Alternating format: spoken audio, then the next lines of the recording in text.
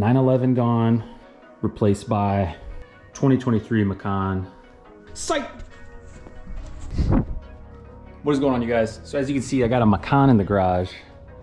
The 991 4S is at the dealership at Porsche Chandler.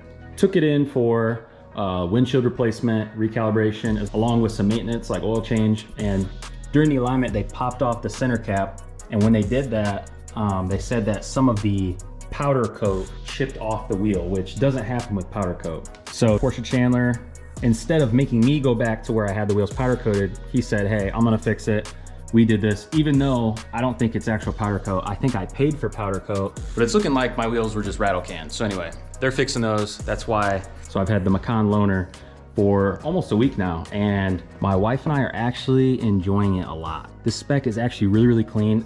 I'm not big on silver, but the silver with the gunmetal wheels, I think that looks fire. And just the lines, the design language of Porsche, even going down to their more entry-level cars like this. This is like actually considered their entry-level SUV. Yeah, the Macan and the Cayenne, but this is still like crazy nice, man. All the interior, like the buttons. When I drove the 992 GT3, these buttons are actually the same as the 992 GT3. So that design language they carry throughout their entire product line, which is like really solid. And the interior has this like cool, it's almost like a, I don't know if you can see it on camera, it's almost like a brownish gray. At first I thought it was just black, and then I got out in the sun and I was like, wait a minute, this is like a nice brownish gray. I don't even know what they call it. I'll probably put it up on the screen. I'm gonna look it up and I'll put it up on the screen, but just a sweet SUV. Now my wife's like, hey, I'm about to get rid of the Jeep and we're gonna look at some of these. Obviously I'd probably go with like a 19 or a 20. That's already depreciated, because these, I think this one, I'm not really sure what this spec is. I know it's not base, but this spec, I mean, this probably costs as much as what I paid for my 911. So, I mean, it'll probably depreciate. A lot of these you can find for like 40 to 50. This I think is like 68 to 75. Not really sure, but this spec is just A1. I really enjoyed driving it a lot. So this Macan, I believe the Macan comes in has two motors. I think it's like a V6 twin turbo or something like that. This is the 2-liter inline 4, and it's got like 260 horsepower, almost 300 foot-pounds of torque. But something kind of cool that I didn't really realize is that the hood, it's open, the hood goes over the entire light. So yep, little 4-banger. You can see a turbo right here. It's actually not a bad sized turbo. It looks like a bigger turbo than what's on the Jeep 2-liter, but Porsche engineering. I've heard these are really reliable motors. Motor Trend gave the Macans a 10 out of 10. So let's go for a little ride. I'm gonna give you my thoughts, little things here and there that I've noticed from driving it for a little under a week. So yeah, a little under 2,500 miles.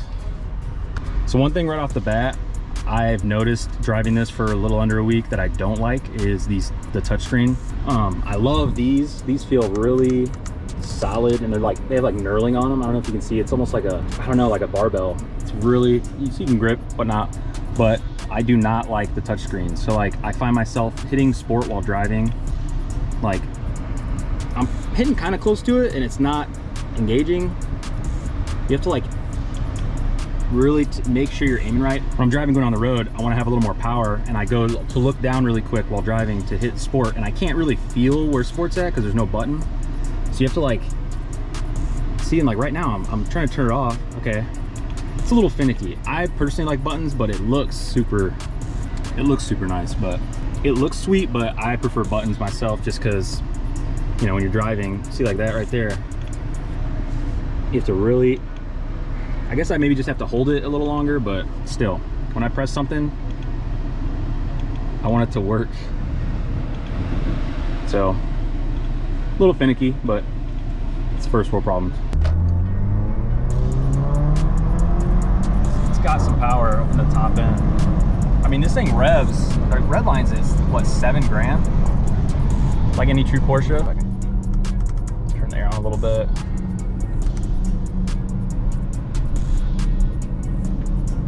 But yeah, other than that, it is a nice place to be if you want an SUV with that logo on the steering wheel. I mean, a Cayenne, yeah, a Cayenne's a little bigger, but I mean, you have room back here for kids. It's 4 doors. So it sits a little higher up, so you don't have to do the Panamera, and these are relatively affordable. I mean, you can find these for 40 grand with some miles, and I'm pretty sure they generally all have the same reliability. I think this is the only year that came with these types of buttons. I think before this, they didn't have the touchscreen buttons, which, yeah. I don't know if it's just this particular unit that I'm driving, but once the ventilated seats turn on, like the motor inside of it, I can feel it like vibrating my back a little bit, which is a little weird. They cool, just as good as my 911 and 10 times better than my C8 Corvette. My C8 Corvette ventilated seats were non-existent, and I don't know if that was because I had the base seats. These are way better. It kind of cools your butt. But yeah, in this like level of entry-level, I guess, luxury SUVs, I think the X3 is a competitor, a couple Genesis SUVs. Hell, I mean, I know all the Tellurides are over MSRP right now, so you're paying as much for a Telluride as this. This is a no-brainer. Like, you get the design language from Porsche, the high quality interior, reliability, and the experience that I've experienced while owning my Porsche. I mean, I don't think there's any other way to go. I just honked someone.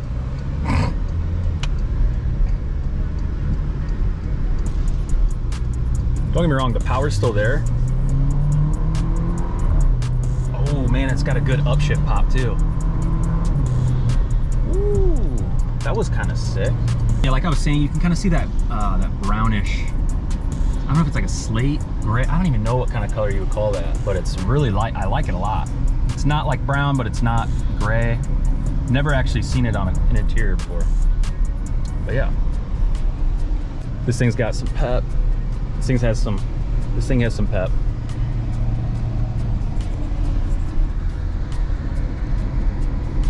I might have to get one of these.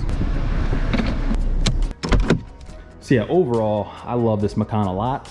I'm actually gonna be kind of sad to see it go. I do miss my 911. But yeah, quick little video just showing a little bit of the Macan loaner that I have. It's a great car. I think in that 50 to 60 price range, this is a no-brainer. I mean, to me at least. Once we do get the 911 back, however, we're gonna be making it a lot louder. Thank you guys for watching, and we'll see you in the next one.